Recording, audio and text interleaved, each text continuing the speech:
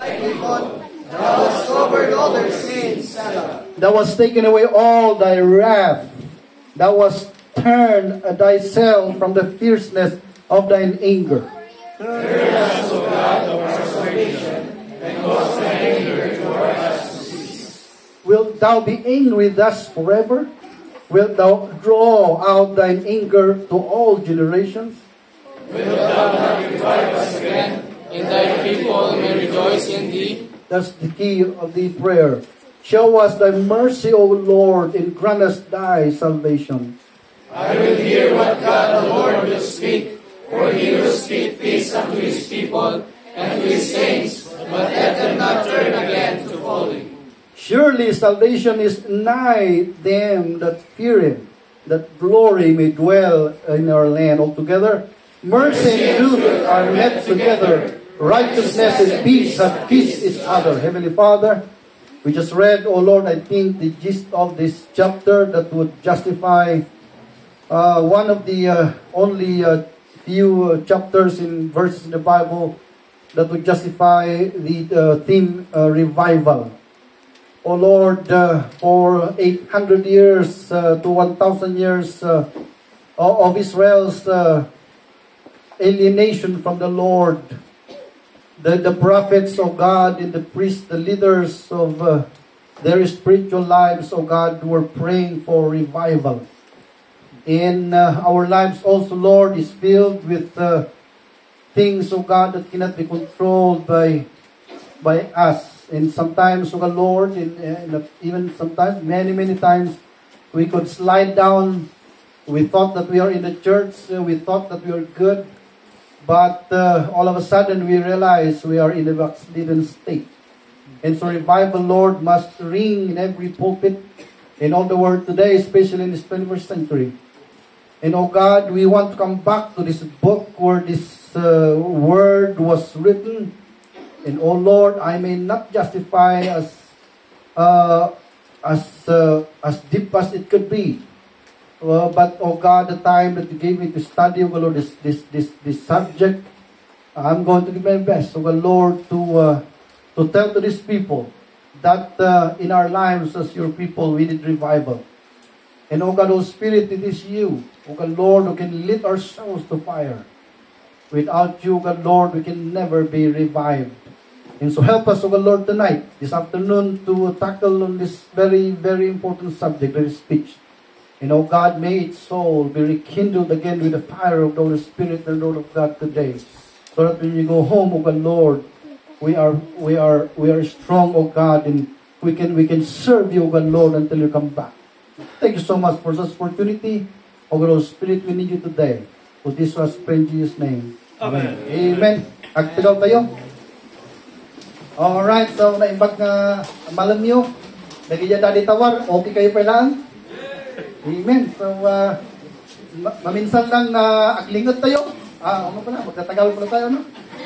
Ngayon lang tayo na ganito, kaya pag, ang tawag yan sa Tagalog? Sardinas tayo ngayon lang ito.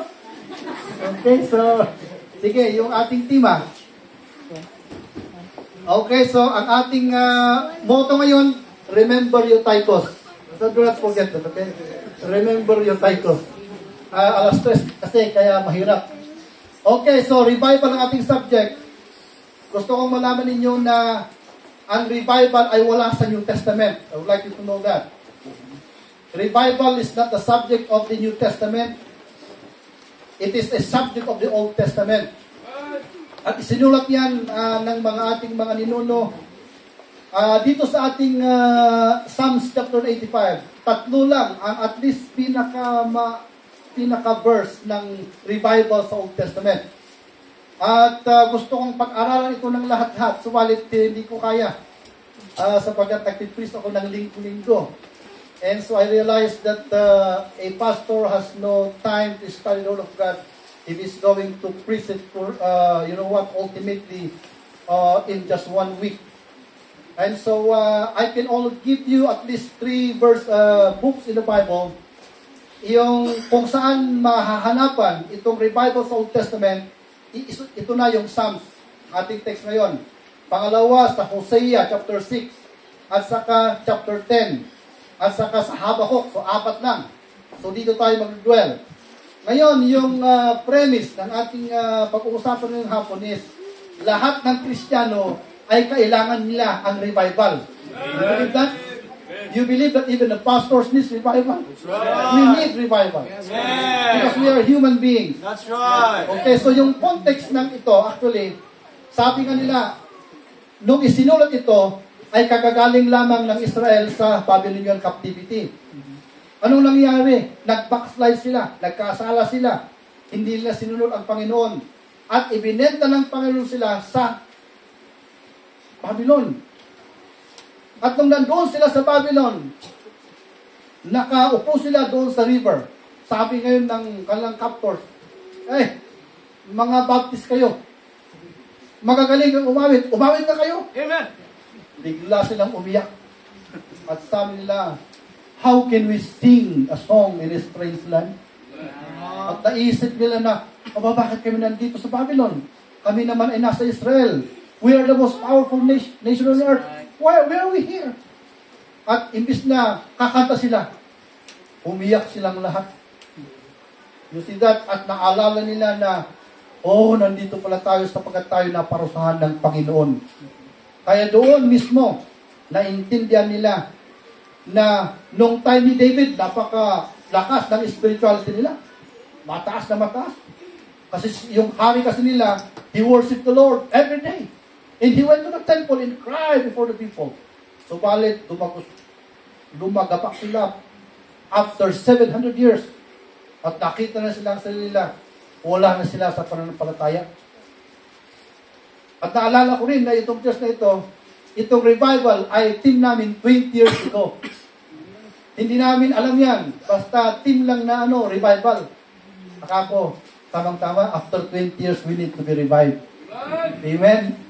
At nag-invite kami, bago ako, magpasalamat kay Pastor Mel, sapagkat sabi niya, Pastor, ako lang ang pupunta. Pero nung dumating siya, marami sila, ganun pala siya. Pag ako lang, marami sila. Pero pag sabi niya, marami kami, siya lang. Okay, so salamat sa mga hindi ko alam at sasabihin ng aming pianist kung sapagkat kumanta sila dito, magbabayad kayo.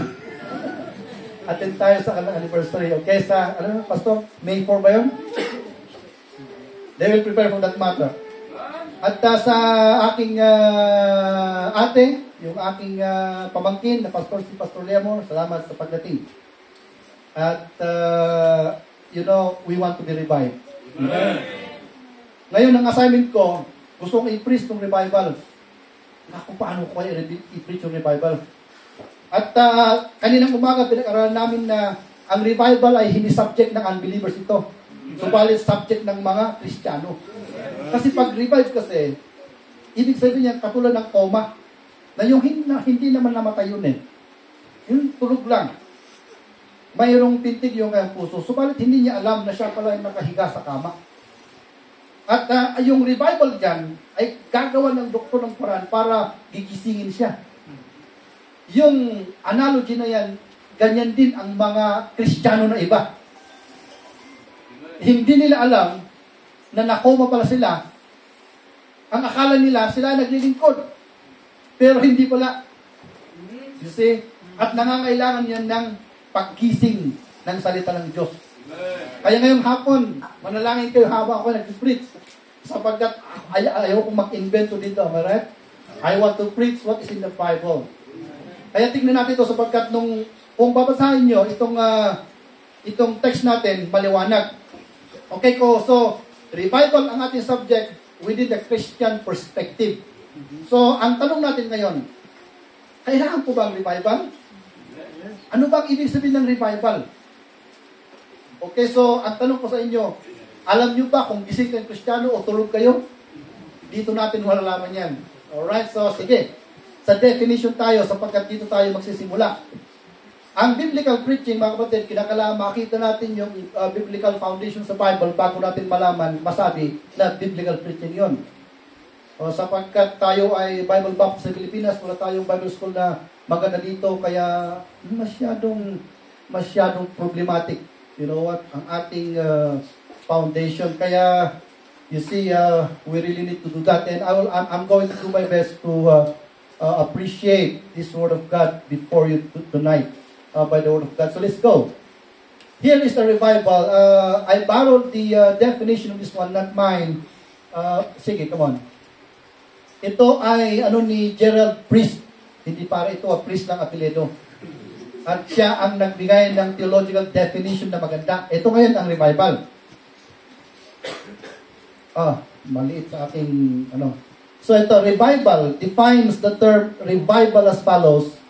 Revival is the noun form of the verb revive, a derivation of the Latin revivere.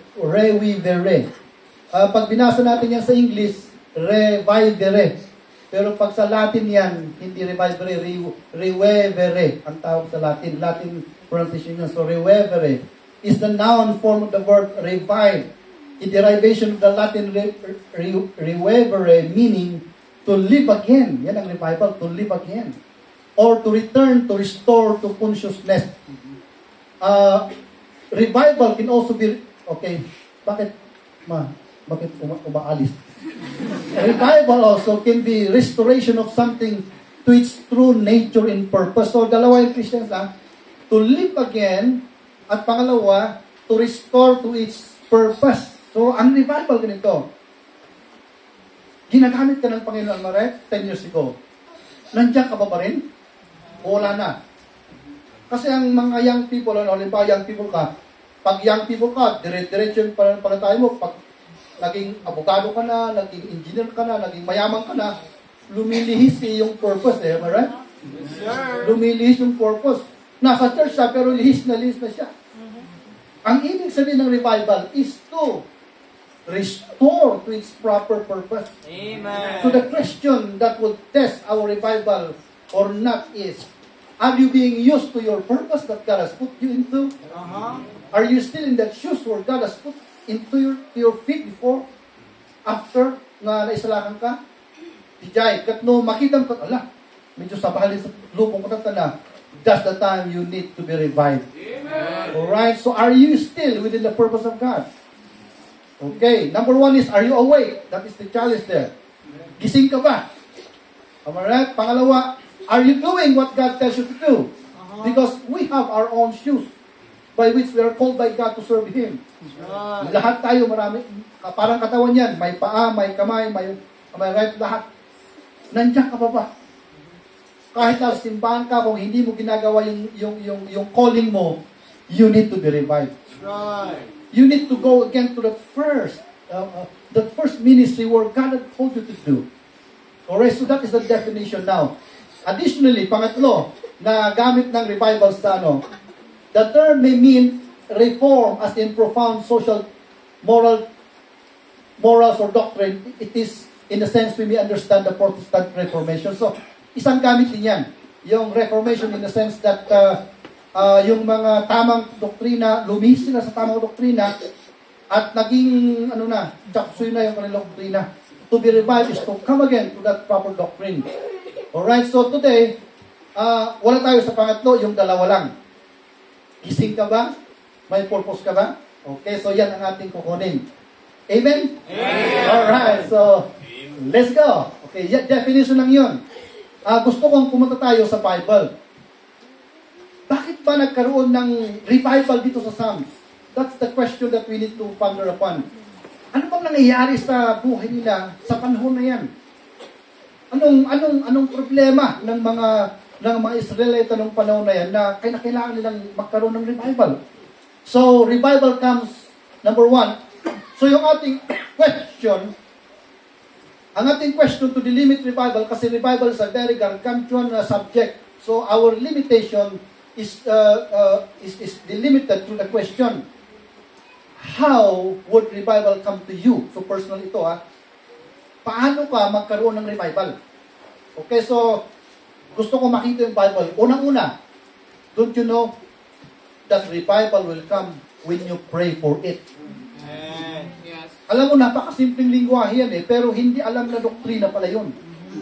Ang revival, mga kapatid, ay magsisimula kung ikaw mismo na Kristiyano, ay manalangin ka.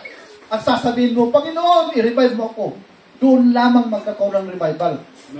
Kaya kung marami kang prayer, kung ano-ano ang pinipipray mo, subalit hindi ka nagpipray ng iyong sariling revival mismo, hindi ka magkakaroon ng revival. Basahin natin. Dito sa Habakkuk chapter number 3, sabi ko kanina, you need to pray for it. Ito. So, let's read it. Diyan na nga ako. Habakkuk 3. Also, look at that. The first verse is telling us already that a prayer of Habakkuk, the prophet upon Shigionoth.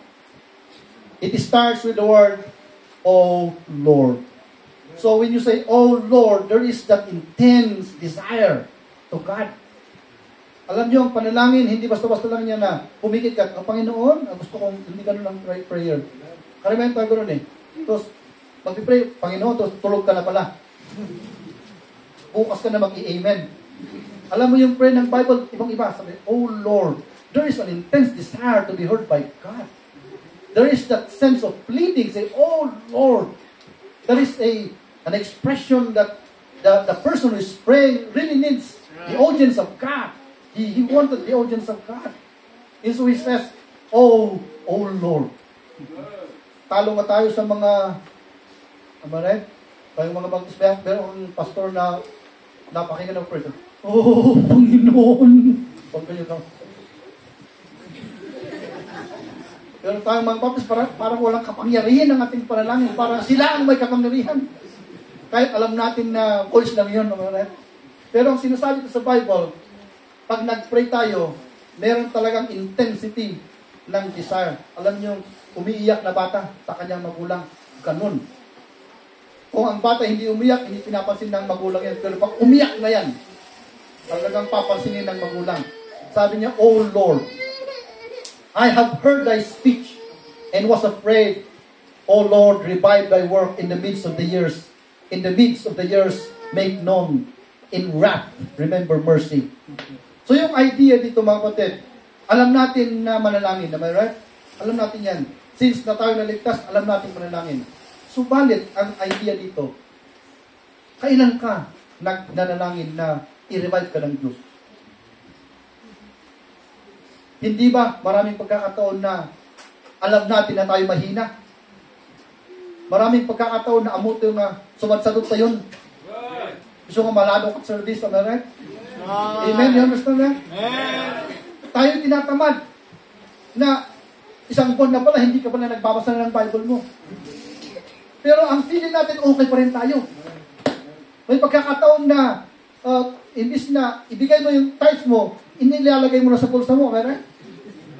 And we have no sense of telling ourselves, nandito pa ba rin pa ako sa paglilingkod sa Panginoon? Kaya wala tayong panalangin sa ating revival. Ang message na ito ganito, magkaroon lamang, hindi yung revival na pag-aatin ng 3 days revival, hindi ganun ang revival actually. Hindi ako naniniwala doon actually, mga kapatid. Sapagkat ang revival, kinakailangan mangyari araw-araw. Hindi lang 3 years yan na makikinag-preaching na umaapoy na ganyan, sa ganyan ka. Tapos after 1 week, nakalimutan mo ulit.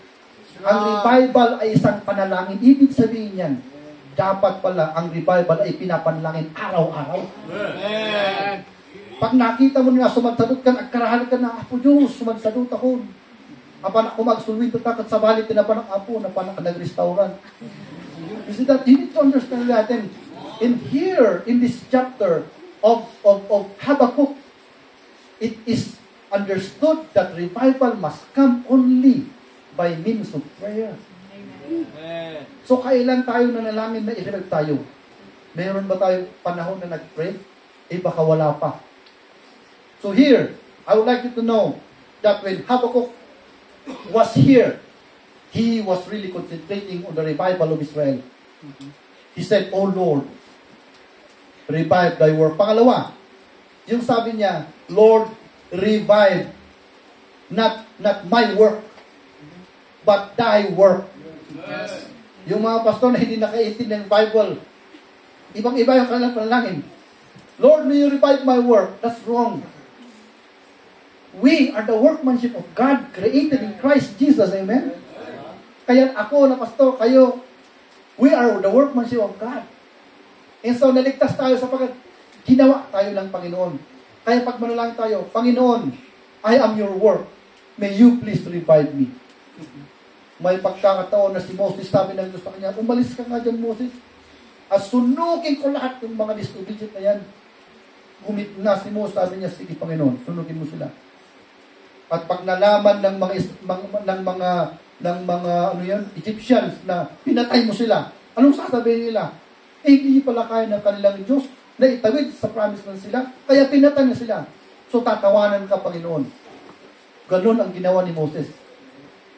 Kaya ang mga pastor, sila ang tagapamagitan dito sa mundo, sa Panginoon at sa inyo. Si Pastor Mel, nakita ko, puti na yung buhok niya ako. Parang maraming pinagpipray ito Kasi pumuputi na yung buhok eh. Tinitinanong ko yung members, sino kayang problema niya dito? Bakit pumuti na? Sinasabi ko sa akin sa nila, ba? Sino kayang problema niya dito? Bakit kaya pumuti ang kanyang buhok? Hindi ko naman sinasabi na tinitingnan ko. I'm joking on that. Oh, I'm not doing that. But that's what we do. Yes. Hindi nyo alam na alas 11 ng gabi, bumabangon kami nananalangin. Hindi nyo alam, alas 3 ng umaga, bumabangon kami at nananalangin. Sinasabi namin, Panginoon, ito lang bang ililigtas nyo? Panginoon, yung mga tao dyan, wala pang ligtas dyan. Sino sila? Sa kanila ililigtas mo. At kung naalala mo yung Kristiyano na nandoon sa sanlibutan, sabi mo, Panginoon, ano bang nangyari doon sa anak mo yun? Bakit? Nasa mundo na siya. Bakit? Wala na siya sa ministry. Bakit nandoon siya? Kaya nanala, Panginoon, hindi ko alam kung anong nangyari dito. Naway i-revive mo siya. So, yan ang isang gawain ng church at pastor. At ngayong hapon, nag-fix ako, ito ang gawain natin. Amen po, Dad? My friends, there could be no revival without prayer. That's right. We need to beg God for it. Kaya ang ating revival, hindi mangyayari kung mag-attend ka ng 6 days revival, 1 month revival. It does not work. It does not work at all. Because revival will come when you are going to think of yourself and your faith to God and your faithfulness. And you come to God by yourself and you kneel. Yung mga awit nila kanina, yung inawit namin sa yung mga men kanina, to kneel before God and pray. Because that's how revival will begin to work.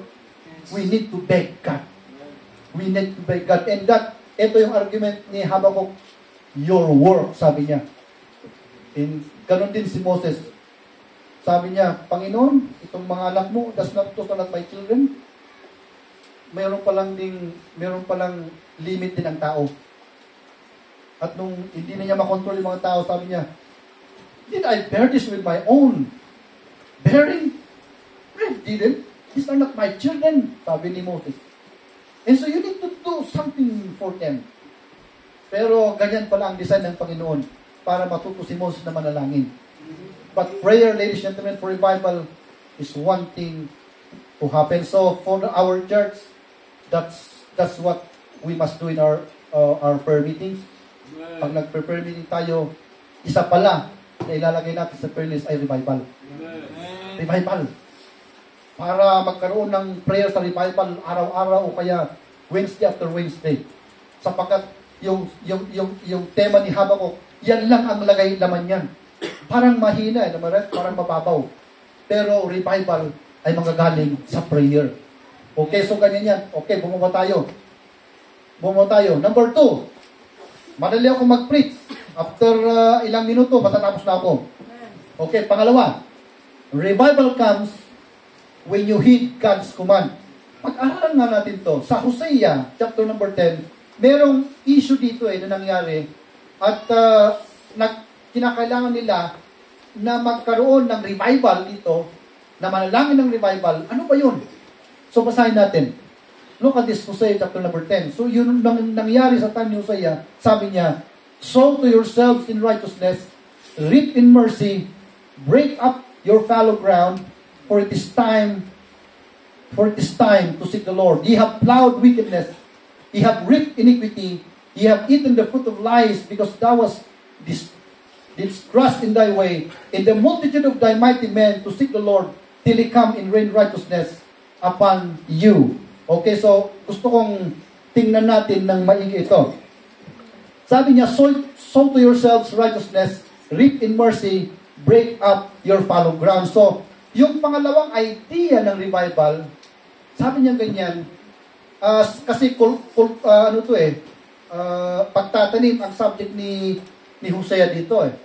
So, inilarawan niya na nakatayo siya sa isang garden. So, yung mga taga-Malayon, alam nila yan. Right? Isang garden siya nakatayo at lalagyan na sana ng butil para maghasik ng mga butil doon. Siguro patatas o kaya ano. Pero nung nakita niya yung lupa, matigas. It is a fallow ground. Matigas yun. Kaya, imbis na lalagyan niya ng butil yun, hindi na niya linagyan. So, ang pangalawa na rason kung bakit may revival sa Hosea ay yung mga puso ng mga Israelita ay matigas. At kung matigas yung lupa o kaya puso, kahit preach si Hosea, hindi pumapasok sa kanilang mga puso.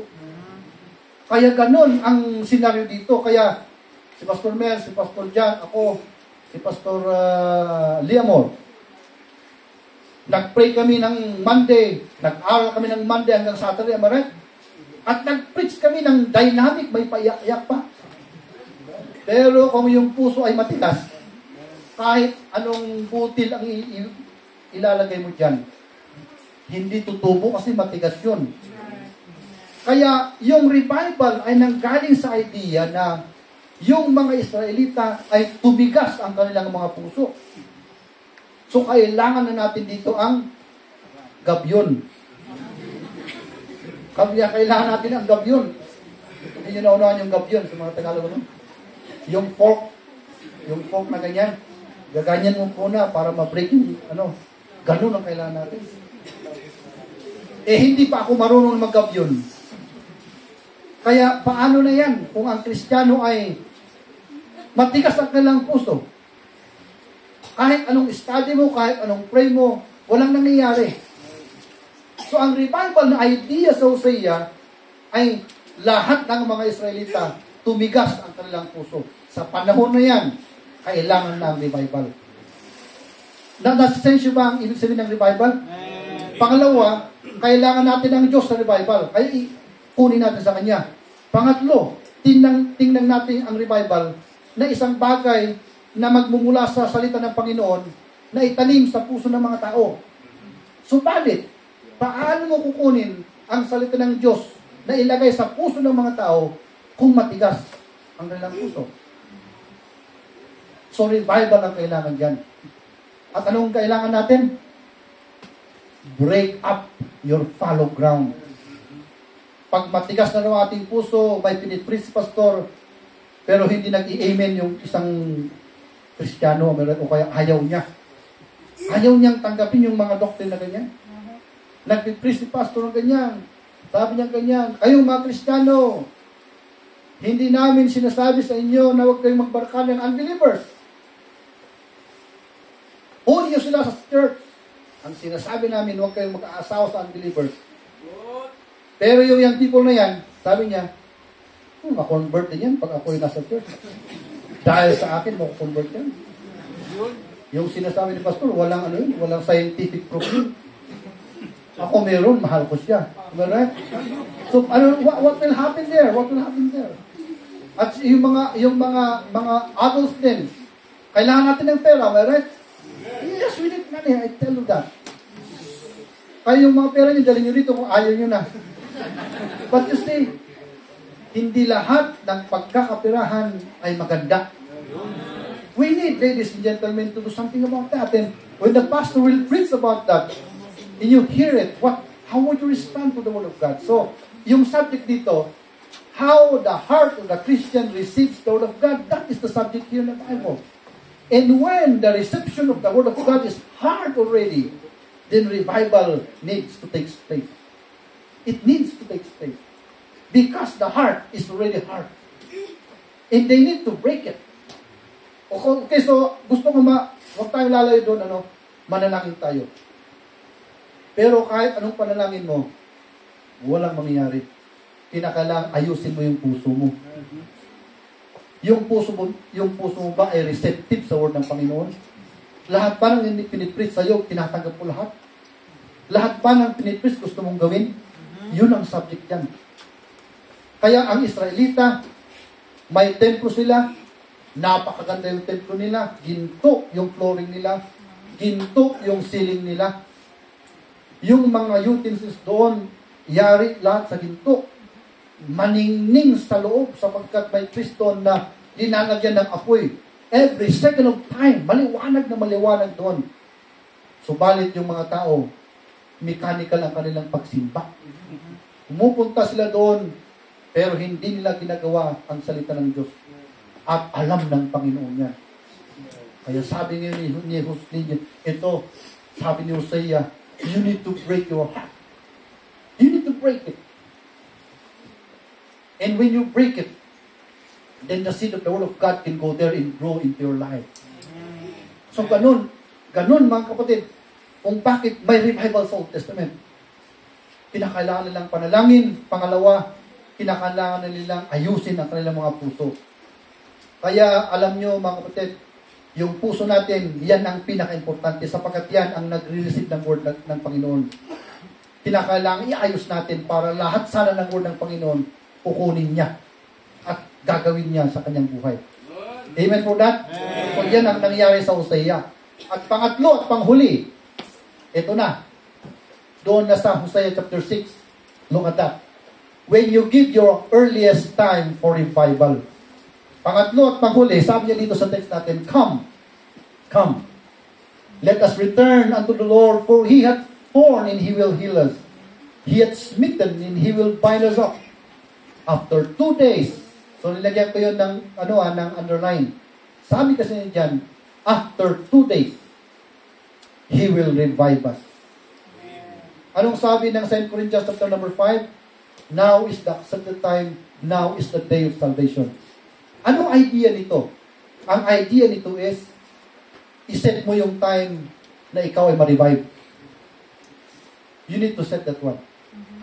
Sabagat tayo, alam natin ang salita ng Panginoon, pero gagawin ko yan next year o kaya, Pastor, gusto ko mag-involve pero wala busy-busy ako Pero Pastor, next year, okay na ako. How do you know that you're alive next year? Paano alam? Paano mo alam? Turuan mo akong paano malaman kung ikaw ay buhay pa next year. Am I right? Sabi ng Bible, after 2 days, He will revive us. Oh, so revival is a matter of time, ladies and gentlemen. A time that you must decide. A time that you must decide right now. Amen. Kaya ang revival ay mangyayari yan kung iset mo yung araw. Sabi ng Panginoon, tama na ang mundo. Tama na ang makabulong buhay ko. Wala rin akong napala sa aking paglalabas na. Hindi ako masaya. Kaya Lord, maglingkod ako sa inyo. At ngayon na ako maglilingkod. Ganon ang revival. Yes, sir. So, ganyan, kung paano nakita ng mga Israelita ang revival, ganyan mga kapatid. Napakasimpleng mensahe, right? Pero nangyayari ba sa buhay natin ito? Nangyayari ba sa buhay natin ito? So, you need to set a time for you to be revived. So, the question is, when will you serve God? Kailan? Kailan ka mag-decide? Are you going to decide when you graduate or you're going to decide right now? My friend, revival will not come to your doorstep if you will not decide now. And I tell you this one, the earliest time that is deserved by God must be now. It's not tomorrow. It's not after your marriage. No. The earliest time that God deserves must be now. Amen. It must be now, my friend. Yes. It must be now. And if that will happen, then revival will come. Amen. And so we are answering the question, how can revival come to you? Number 1, when you pray for it. When you pray for it. Number 3, when you give your earliest time. What is number 2? Tingnan nyo, kanina ko lang binanggit. Number 2. Pareho tayo. Ha? When you Heed.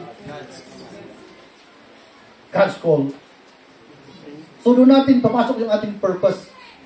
Kaya ang Christianity hindi yan malalim actually. It's very simple. Number 1, you are saved. Number 2, God has put you a ministry. I tell you, we know that already. But are you there? Are you there in that purpose? Are you heeding God's call? You see? And so, alam mo, ang Kristyanismo, mataas ang ating challenge. Biruin mo yan. Pag maglingkod ka sa Panginoon, kinakailangan ngayon na. Naalala niyo ba yung isang disciple nung panahon natin ko si Kristo? Sabi niya, Lord, you come and follow me. Yung isa sabi niya, Lord, please, I need to go home and bury my father. Anong sabi ng Panginoon? Let the dead bury their dead. Ibig sabihin, deserve ng Panginoon na ang paglilingkuran natin ay ngayon na. You see, ngayon na. And does God deserve that one? You see? He did. And so, wala tayo sanang iba't ibang decision o kaya ano. If you really want to serve, then you serve God right now. Because that is when revival will come. Without these three things, you can never be revived. You see, so let's get more than that, if there is. Okay, so, Psalms 85. Ito kasi yung ating context eh.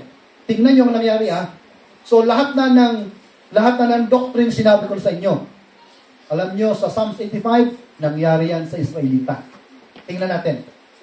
Gusto kong ma-encourage kayo dito sapagkat yung doctrine na tinuro ko sa inyo, nangyari sa buhay ng Israelita, ng Israelites. Look at that. Lord, Thou hast been favorable unto Thy land. Thou hast brought back the captivity of Jacob. Thou hast forgiven the iniquity of Thy people.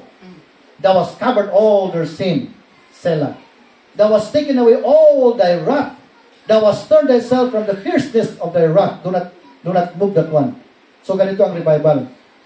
Ang revival, mga kapatid, nangyari kung ang Kristiyano ay nagkasala. Anong kasalanan yon? Unang-una, yung ministry nila, hindi na nila ginagawa. That's right. Ang alam kasi natin kasalanan is sexual lust, ano ba yun? Monetary lust, gano'n, yung pera. My friend, no. Sin is also sin when you are not doing your job. That's right.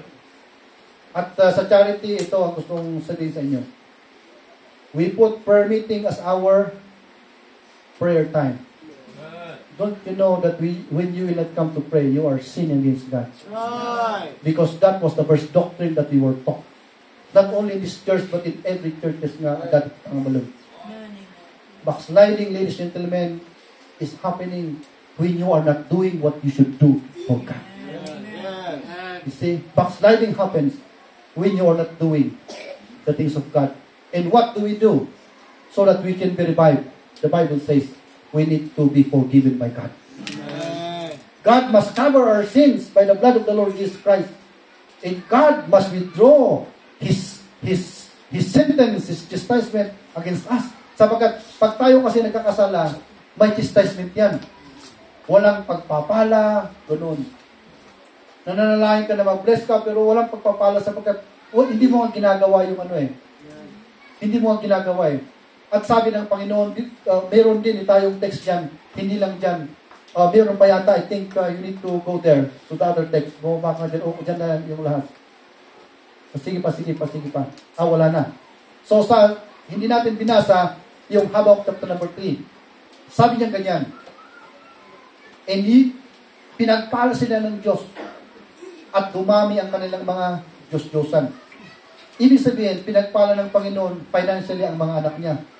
Pero hindi nila ginamit yon sa kanyang kalulatian. Iba yung kanilang pinagamitan. Kaya Christians, I would like to tell you this one, if you are serving God, you will be blessed. Amen for that. You are going to be blessed by God. I tell you that. But when you are going to stop what you are doing for God, God will stop also the blessing. That's right. And so, That is our sin.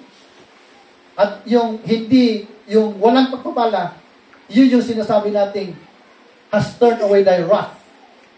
Kung wala tayong blessing, either tinitest ka ng Panginoon, o kaya hindi ka na naglilingkuran sa Kanya, kaya wala kang pagpapala. Bakit kaya walang pagpapala ang isang Kristiyano na hindi naglilingkod? Sapagkat yung wrath kasi ng Panginoon ay nasa Kanya.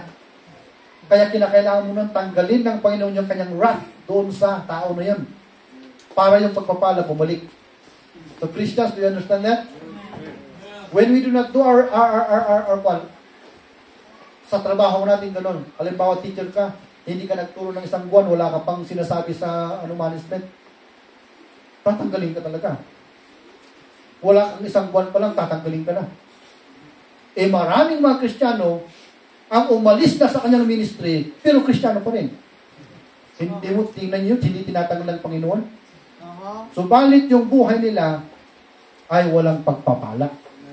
Sapagkat yung wrath ng Panginoon nandoon. Kaya ang revival is, kung tinanggal ng Panginoon yung curse na yan, yun na, pagpapalain ng isang Kristiyano. After only revival. Amen for that? You understand that? So that's the doctrine of Psalms chapter number 85. So, babaw tayo.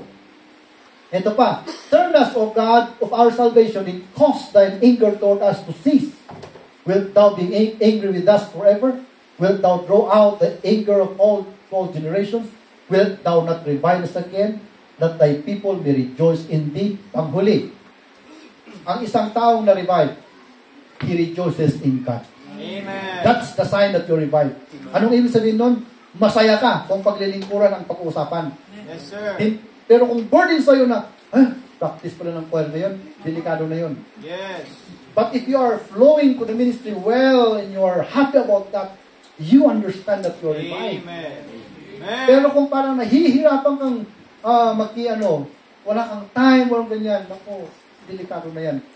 Because sabi niya dito, that thy people may rejoice in thee. Kaya ang isang Kristiyano, may joy siya sa Panginoon, may joy siya sa paglilingkod sapagkat revive siya. Amen. Pero kung isang Kristiyano, involved siya, pero parang ministry, kahit kasi si pastor, o kaya yung kapabilang ko kasi faithful sila, at ako lang ay lang. We need, really, ladies and gentlemen, to check our lives for that. We need revival. Amen. We need revival. Because when you are revived, you are happy to serve the Lord. You go to prayer meeting, you are singing hallelujah. Amen? Amen. You go to Sunday and worship God, you're going to sing praise the Lord, praise the Lord. Praise the Lord, praise the Lord. Because you are revived. Yeah. Kaya ganyan ang revival sa Old Testament. So ano ang revival? Ang revival sa New Testament? Wala, mga kapatid. Kung ina-apply ng pastor niya sa New Testament, sapagkat gusto nilang may maligtas. Pero sa context ng Bible, Kristiyano lang ang mag-revive. Kaya alam ko na ang mga, yung church sa wilderness, o kaya yung Israelita mismo, naglingkod sila ng tapat sa Panginoon, sapagkat na-revive sila. Ano ang sikreto ulit? 3 bagay. Unang-unang, panalangin. Huwag mong ipanalangin yung kapatiran mo na ma-revive. Panalangin mo sa iyo. Kaya yung inawit namin kanina, revival must begin in me. Yes. And after you pray for yourself, you pray for others. Yes. Number 2, the call of God. Amen. You put your feet on your shoes, soldier. Amen. Because if you're going to get out from that shoes, oh my friend, where will God find you after that? So we need to do our ministries, amen? Amen. As long as we live. Yes. At pangatlo, yung sabi dito, na ang revival pala, yan pala ang plano ng Diyos. Gusto niyang lahat ng kanilang mga anak ay magsilbi sa Kanya araw-araw. Amen for that? Amen. At pagpapalain lahat ang mga anak niya sapagkat sila ay maglilingkod sa Panginoon. At sa result ng revival, meron silang kagalakan sa kanilang mga puso na meron silang ginagawa. At ang panghuli na comment ko dito, wala talaga tayong gagawin na magkaroon tayo ng kasiyahan. Magsabi nga kayo, ano ba ang magandang gawain natin na noble dito sa mundo? Wala na. Ang pinakamagandang gawain natin ay maglingkod, yun lang. Yes. Right. Tanungin niyo yung mga architect na nagpatayo ng 100 na bahay kung masaya sila. Tanungin niyo yung mga teachers na nagturo ng libo-libo estudyante kung napakasaya ba sila sa kanilang ginagawa. Tanungin niyo, amare? Pero pag tinanong mo ang isang Kristiyano, kumusta ka na? Ganito. Alive ba sa Panginoon? Masaya ka ba? Of course. Amen. Yes. Sa bakit dyan lang natin mahanapan ng kasiyahan, am I right? Yes. Wala na magbigay nga kayo sa akin para pupunta rin ako. Wala na. Kung out ako sa ministry, I am very lonely. But if I'm in, I am so happy about it. Amen. And what is that? Are we inventing that? No, that's it in the Bible. The Bible says that thy people may rejoice in thee. Right. Amen. So bago natin tapusin ito, kailangan nating manalangin. Am I right? Amen. So ang question ko ngayong hapon sa atin lahat is, saan ka na ba ngayon? Are you serving God? Are you doing what God intends you to do in your life? What do you intend to do after this message? Will you come to God and pray for revival? Pag sinabing oo, shall we pray? Manalangin tayo mga kapatid. Let us pray for ourselves. Let us pray for our family. Let us pray for our church. Let us pray for our missions. Let us pray for this nation. But first of all, we must pray for revival. Shall we pray?